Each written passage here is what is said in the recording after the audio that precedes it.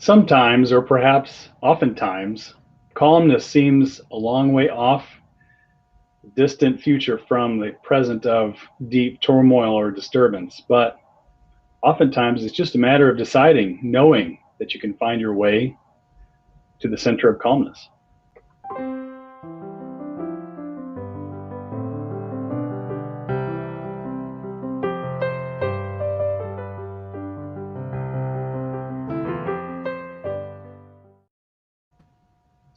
Good evening, everyone, and welcome back to another episode of Center of Calmness. Today, we're super blessed to have Karen Vincent with us. Welcome, Karen. Thanks so much. I'm glad to be here. Thanks for joining us. And Yeah. how are things, if I might ask, in Massachusetts, where you're calling in from? We're in full fall mode here, which I actually love with all the colors and the crisp air and just doing what we can to stay safe and get things moving in the right direction so we can get back to some sort of normalcy. Oh, I so much look forward to that. We've been in this kind of COVID pandemic mode for way too long. Got I an know. election coming up. There's all kinds of interesting things on the horizon, and Absolutely. that we're in the middle of as well. Are you faring there in Massachusetts with regard to the pandemic? Are you able to reopen it all, or how is it? We did, but things are spiking again. So I don't know how, it'll be interesting in the next couple of weeks, I think, with schools being back or some schools being back and restaurants opening, but it's getting cold. So more people are trying to gravitate inside. So I wouldn't be surprised if things get pulled back a little bit just to try to stop the spike that we're seeing right now, Yeah, which I absolutely. think it sounds like that's happening in quite a few places right now. Oh, completely. It's just amazing how stubborn this virus seems to be. Where Um, even with drastic and extreme measures, we're still in a wave three, I guess, right? Yeah, yeah, it's crazy. Pretty crazy. And of course, that doesn't help with the stress level and the folks finding their way to peace. It's with everything still in disturbance, right? It's very difficult. Yeah, I agree. I mean, this is putting us to the test on an extended basis, and we're not really seeing the relief. So, yeah, I think it's been a challenge for everybody on some level, and certainly more for some than others. Yeah, absolutely. Yeah, absolutely. Yeah, it's for some it's a devastating impact. My heart goes out to the folks that are directly impacted by the pandemic itself. So Yeah. as far as your solutions and how you maintain your own peace and also for the folks and clients that you work with, how you help them find their way to calmness. As I understand it, your solution involves an element of mindset. Yeah, I think mindset is so critical, and I think when we don't fully understand it, we really underestimate the power that we have to manage how we feel. And so I thought it would be helpful to talk about with your audience as we're looking for calmness and we're dealing with one of the most stressful situations many of us have ever had to deal with. And so I'll just kind of start by really giving a framework, and then we can maybe talk through how to apply it. And I will say it takes some intention and it takes some practice, but you can do it. You can do it on your own if you're motivated to do so. So what happens, and this goes for every situation. I'll keep up with our pandemic theme, but it really goes with any situation. Is that I could say quarantine or the pandemic is so stressful. Um, it makes me feel lousy every day. And while my feeling is my feeling, the pandemic is not causing my feeling. What I think about the pandemic is what's causing my feeling. And I know some people want to challenge me on that, and I appreciate that because it took me a long time to get this too. So the pandemic is going to trigger challenging thoughts. But again, it's the thoughts that are going to create the feeling because otherwise we would all feel exactly the same about this situation or any other situation, but we don't. So what happens is a situation happens, and a lot of times we think that's causing us to feel. We don't see that there's that buffer in between. But in reality, the thought kicks in, then we have the feeling, and then the feeling drives what we do or don't do. So that drives our reaction, or our actions, and then we get a result based on what we do or we don't do. So for some people, I'll stick with the theme. They said, okay, this pandemic is happening. I'm just gonna. I feel horrible. I'm stressed out. I'm scared. Uh, all legitimate feelings, but it's what they're thinking that's causing that. So these thoughts are racing. They're feeling a certain way, and at the beginning, especially when we kind of thought, hey, this is gonna go away in a month or two, so many people sat on their couches, stuffed their face, drank too much, slept all the time, just trying to like make it go away. Netflix, binge watching, all that stuff. And then so that was their actions. And then the result is for some people was that then they felt worse because now not only do we have this situation that feels very much out of our control, and in many ways it is, and then we've made our personal situation worse because now we're less healthy, or that kind of thing. So to go back to what I said, and it takes some intention, is that when you notice that tough feeling, because a lot of times you're going to notice the feeling before you're going to notice the thought, tap into it and really sit with it, and then say, what am I thinking? And your brain's going to want to go to what's happening. I lost my job, someone's sick, whatever it might be. I gained weight. But really look at, what are you thinking about that situation? And then ask yourself, is there a different thought that I could have that might make me feel a little bit better? Is that making sense? I think so, right? So it's a way to remove yourself from being immersed in the situation and being able to take almost a third party approach, right? Where you can step aside and ask yourself, where's that thought coming from and what's driving it? And then begin Right. to explore, is there a different thought? But before we continue along the framework, I'm very curious to know how you got to the point where you're able to work with this and teach it. Was there a journey in your own life that brought you to this knowledge and technique? Great question. Yeah, there was. I think a lot of times when we feel so passionately about something, it's because we've seen how it's made such positive changes for us. So I'm a licensed mental health therapist, and I'm also a life coach. So I've done a lot of training on the brain and how the brain works. And but I always say, like, sometimes like a hairdresser can't give themselves a good haircut. Sometimes, even the life coach can't coach themselves so well. So I was dealing several years ago, I was working in the corporate world, and I was traveling a lot, and I was under a lot of stress, not sleeping enough, late nights going out to dinner or flights and all that kind of stuff. And so over the course of time, I gained weight. My stress level was really high. I wasn't eating the way I wanted to. My energy level was in the dumps. On the weekends when I was home, I just kind of wanted to do the veg out thing, and just I felt like I kind of confused myself into thinking that was de-stressing me. Sitting, numbing my mind was de-stressing me. And so I kept saying, like, well, after this project's over, it'll be better. Or when the spring comes, it'll be better. Or when January comes, I'll start making changes. And so I was really like putting the power into these time frames in the circumstances. And so really, it was me changing my mind. Like, I'm the only person that's going to fix this for me.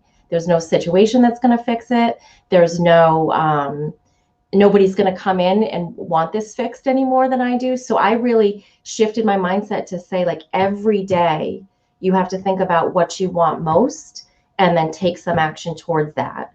And that's what I did. And it was just little by little, I started making changes, and it just made a world of difference in terms of my health, my energy level, and just like my overall satisfaction, because I wanted to then go see my friends, or like go on date nights with my husband, and be more engaged in the world again. And it was all because how I was thinking of it. I wasn't the victim of my circumstance anymore. I was actually the owner of my circumstance. And when I became the owner, I felt more empowered, and then I took action that got me the results that I wanted. So so that's really what kind of has me so fired up about this, because I've seen the results that it can get me, and certainly my clients too. Very cool. So if you could you take us back to the moment where you shifted, right? That point where you made the decision to take ownership. Of course, from there, it's a long journey, and I understand that's very difficult as well. But can you take us back to that moment where you actually flipped the switch from, woe is me and my circumstances are the cause of my pain, and suddenly you realized I have the ultimate power to resolve this, really in my own mind, and with the process that's under my own control. Yeah, so I had been, I had been thinking about things for a long time, as I think we all do when we're wanting to make a change, and you kind of think about it and you set a timeline, and then you don't do it, or you start and stop and start and stop. And that's really what I was doing. I was doing the start and stop thing. And so per usual, I was like, okay, next week I'm not traveling. On Monday, I'm going to get up, I'm going to exercise, I'm going to have healthy food all week. It's going to be great. And Monday came and that didn't happen. And I was like, I saw myself going back into that same cycle and saying, okay, what next Monday I'm going to do it. And something just clicked. And I think it was because I'd just been thinking about it for so long and saying, I convinced myself that I was responsible to change this. And so I just said, I'm not waiting. Like, who cares if it's a Tuesday and I start? Who cares if it's a Wednesday and I start? So it was a Tuesday. And I said, I'm not going to hit the snooze button tomorrow morning. I'm getting up, putting on my sneakers, getting on the treadmill, 5 minutes. I can do 5 minutes on the treadmill. That's easy. And so I did that, and I did 10, because once you're down there for 5, like, what's enough? That's easy. Right. And I just started, and this is actually going to go into one of my mindset hacks, but I just started to create the habit of that's part of what I do. And with every win, I felt stronger. And then I just kept telling myself, all right, do a little more, do a little more. So for me, I think it was a culmination of, it had really been weighing on me heavily, like physically and emotionally. And I just all of a sudden said, like, I can't wait another week. I just want to make these changes. I want to feel better. And so that's how it worked out for me. That's very cool. And I think you brought a couple of very important points out there. First, that there's no need for a perfect plan, right? So even if you're off Monday, Tuesday's fine. It works just as good as Monday. And even though you've lost a day in a week's cycle, you still have 6 more days. Yeah, That's completely huge. And then the other piece of it is just a small step forward, right? 5 minutes on the treadmill. Almost anybody can walk out their front door and walk around the block instead of straight to the car, right? Yep. It's start small and get the wins. And I think even now, it's October 26th. We have 2+ months left in the year. That's, so many people this time of year comes, and I've been there. You give up on the year and you say, all right, I'll wait till January to fix something or feel better or start to address something that's been weighing on me. And 60 plus days is a long time, and you can make some good progress, and you don't have to wait for those magical mile markers to take action. Absolutely. And how far down the road did you end up going before suddenly you realized the cycle had been broken, and you were able to stay fully engaged in essentially what was a recovery path for you? For me, it really stuck since I started, but it wasn't in full swing. So I started, like just 5-10 minutes on the treadmill, and then I worked up to 20, 30, and then I added in cycling and boxing and weights and running instead of just walking. Excuse me. And as I was doing that, then I started slowly adding in healthier eating. And there's very few days when I don't exercise. And if I don't eat in the way that I really want to, in the way that I know that it's going to make my body feel the best, it's by choice. I'm not so rigid that I don't say, hey, once in a while I'm getting the big thing of pasta or having the cake or whatever. But I'm just planful about it.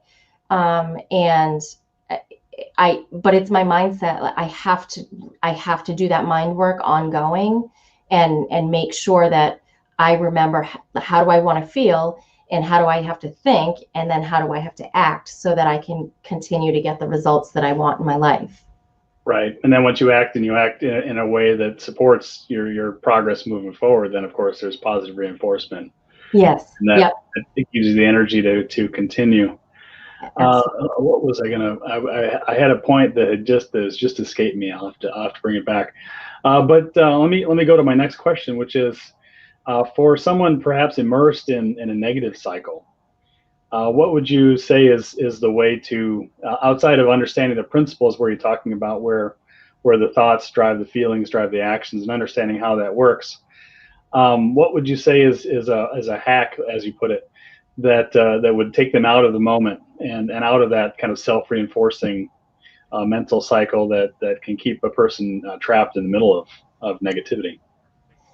Yeah, so I have a few, and some I kind of touched upon. So if if you're feeling, like something's really hard for you, like I said, you can probably tap into the feeling before you can tap into the thought, because a lot of times our thoughts are running underground. We don't even know we're having them. We have, tens of thousands of thoughts a day. But really get to that feeling and say, why do I feel like this? And just challenge yourself, what am I thinking? And get to the thought and then say, is there something else I can be thinking? Even if it's going to make me feel 10% better, start there and then you go from there. So that's one thing. And the second thing is to think about, and this really helped me, is I was tired of not getting the results that I wanted. So I really had to think, what do I want and why do I want these results? Why is this so important to me? And to write it down, put it on a mirror, put it, in an alarm on your phone, but keep tapping into that why. And then, okay, what do I need to be thinking in order to feel like this can happen? And so you need to think, I can take a little step every day, or, whatever it has to resonate with you. So I think that's a good one. Another one, which I kind of bundle a couple things together, is have positive affirmations if you're someone that resonates with those, or calming affirmations, depending on what you're looking to achieve. But you have to feel them when you see them. So what works for one person might not work for someone else. But it could be something like, this too shall pass, or I can take more control of this situation, or I can do hard things, I get through hard things, whatever it might be. And so again, those affirmations are like kind of juggling your thoughts a little bit to get them in a little bit of a better place. So then you can feel differently. And along with that, I practice gratitude every day. It makes a big difference, especially during a time like this when you're sitting inside the four walls of your house and you're not interacting with people as much. But I'll be grateful for a warm cup of tea that tastes really good, or the sunshine, or the fall leaves changing. You have to look for it, but your brain starts to see more of what you look for. So if I watch the news all day and listen to all the garbage that we hear on the news, it would be hard, even knowing what I know, to feel okay. But if I make sure that if I'm hearing some of that, I am also looking for the positive things, then my brain is going to more easily go to the things that are going to make me feel calmer and more relaxed and bring me more joy. That's huge. Um, Yeah, I wanted to highlight a couple of points there, and the first is that I recalled the point I was going to mention earlier, and that is that I noticed that you're willing to let yourself have an outlet, right? Where you might you might not have a perfect diet each day or for each meal, and you let that go. And the key there is that you're not adding so much stress by trying to control everything, that you're exactly. able to then control what you must control to move forward, and let a few things go along the way, and that helps to keep the stress level. That way, the process itself is not adding stress, but only helping and serving to eliminate stress. And then I really appreciate the positive affirmations that you mentioned, because those become absolutes, right? Yeah. Then they become a concept that you can actually draw a positive energy from into your mind, and draw that positivity to replace the negativity that you're working to eliminate. Yeah, absolutely. They're really powerful for me. Yeah, that's huge. Now you mentioned the practice of gratitude, and I find that extremely important. Do you have a specific methodology by which, when you take that cup of tea and you begin to feel those feelings of gratitude, do you have a process by which you project or express that to make it real? I do two things. So in the morning, I always, as part of my morning routine, I have a gratitude journal and I write it down. For me, writing it down has more power than just thinking it. Some people, there's lots of apps and things like that people use. I'm just old school, pen and paper. I have it in a journal, and I feel like then I can go back and look at them too and read through things. So in the morning when I get up, that's one of the first things I do. And I feel like that sets the tone for my day. So if I'm already starting at a place of positivity, when something difficult hits, and it does often, I'm just in a better position to manage it than if I wake up and I'm feeling stressed right from the get-go. And then the second thing is that when my husband gets home I work from home. So when he gets home from work, when we're having dinner, we start dinner by saying one thing you're grateful for the day to each other. And that really helps with, and I was probably more guilty of this than he ever was, is, oh, how was your day? And then just boom into all like the stressful things that happened. And then we're eating dinner and we're like stress eating. And so for us, that really helped. Is to say, and not that if something difficult happens, of course we talk about it, but we start with what's one good thing, and it just shifts the energy. It shifts how we feel and how we approach even a topic that might feel more stressful. So I do it so I really have it in the morning and in the evening. That's huge. And another particularly important point is that you're involving your husband in the process, which is Yeah. also huge. So he can help reinforce the direction you're moving and also join with you in the journey. Yeah. It's been great. That's huge. I wonder if, as we close today, perhaps do you have a particular client story, somebody perhaps anonymously that you could share some generalities of their journey when they first met you and what they were dealing with and what they were able to achieve by going through your process? Yeah. So let me see. So there's someone that comes to mind who was dealing with a lot of thought, like concerns, like lack of self-worth is the best way for me to put it. And I'm going to try to simplify it. So, but that resulted in always second guessing herself, maybe getting in relationships that weren't positive, weren't really what she wanted, but what she thought she was only capable of deserving. And then the other place it played out in all her relationships, including work relationships, is if someone gave her feedback or constructive criticism, she took it really personally, and her response would not be helpful. It would be kind of aggressive and oftentimes made the situation worse. So if we think about, thoughts, feelings, actions, results. So in the relationships, her result was she wanted to control these relationships so that they stayed positive. But her thought was always, anytime someone had something negative to say, it was they're rejecting me. They don't think I'm good enough.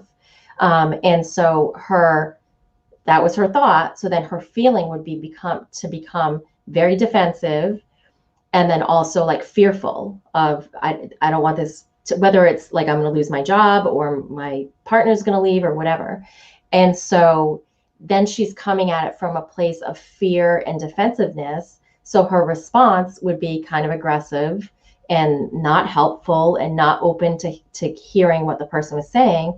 And then the result was that she was putting her relationships at risk that weren't at risk necessarily. And so she was really able to shift, to hit the pause button and see that I have a thought that's causing me to feel and act a certain way. And so, and she's great. Like she's willing to do all kinds of reflection. But one of the things that worked initially for her was we just had to get a powerful affirmation in there to help her hit that pause button. So she recognized the feeling. When the feeling hit and she had stickies up, it was assume positive intent. If this person is sharing something with you that doesn't feel so good, assume positive intent. Assume that your boss is coming from a place of concern because she wants you to be successful and she wants the company to be successful. Or your partner is giving you feedback because they want the relationship to be great, and maybe this would help it become, closer to great or whatever. And that really helped her learn how to hit that pause button.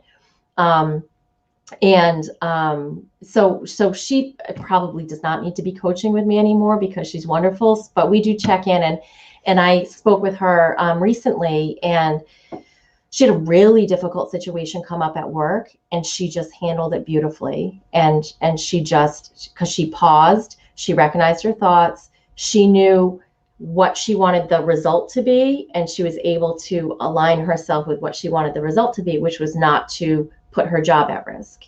And so, and it works with all kinds of situations, relationships. If someone, wants to get a promotion at work, you just think about, this is possible for me. I can do this. I'm willing to put in the work. And then your actions, you start putting in the work or doing whatever needs to happen. And then you get the result you get closer to the result that you want. So it's fascinating to me how it can apply to really any situation. Yeah, absolutely, because we have so much potential and so much strength as long as we rest in our own power and avoid allowing the external to come in and manipulate our emotional states and create and drive that negative cycle. So Yeah. Just such a testament with your client and with your work, particularly with your client, to drive the right habits home and really help her and bring her down a journey where she was able to achieve the results in real time. That's awesome. Yeah. So I wanted to go ahead and share some contact information in case anyone in the audience might like to reach out to you. And it's real simple, right? Your email address, Karen, Karen, at KarenVincentSolutions.com. So that's just KarenVincent Solutions.com. And actually, that's a fully functional website, right? Where they can just navigate KarenVincentSolutions.com and also read about your offerings. And perhaps do you have a blog there and some case histories and other things? Yep, I do. I have a blog, and I have some free resources. I have a resource on affirmations, and I also have a mini course that's free with a workbook and videos, short videos that are about creating habits, because I think habits can help us when we're trying to make a difficult change. And the more on things we can put on autopilot, the more likely we are to be consistent and follow through. So anybody's welcome to check that out if interested. Absolutely, and I expect that several in the audience, and perhaps even me, will show up there and check out those very, very valuable resources. And Karen, I really appreciate what you've shared here today. It's super useful, and I believe a powerful solution for members in the audience that may be needing to reach out to find a path to have better control of the results that they want to achieve. Thank you very much, Karen. Yeah, thanks for having me. Take care. And for the Center of Calmness, I'm DK Warner.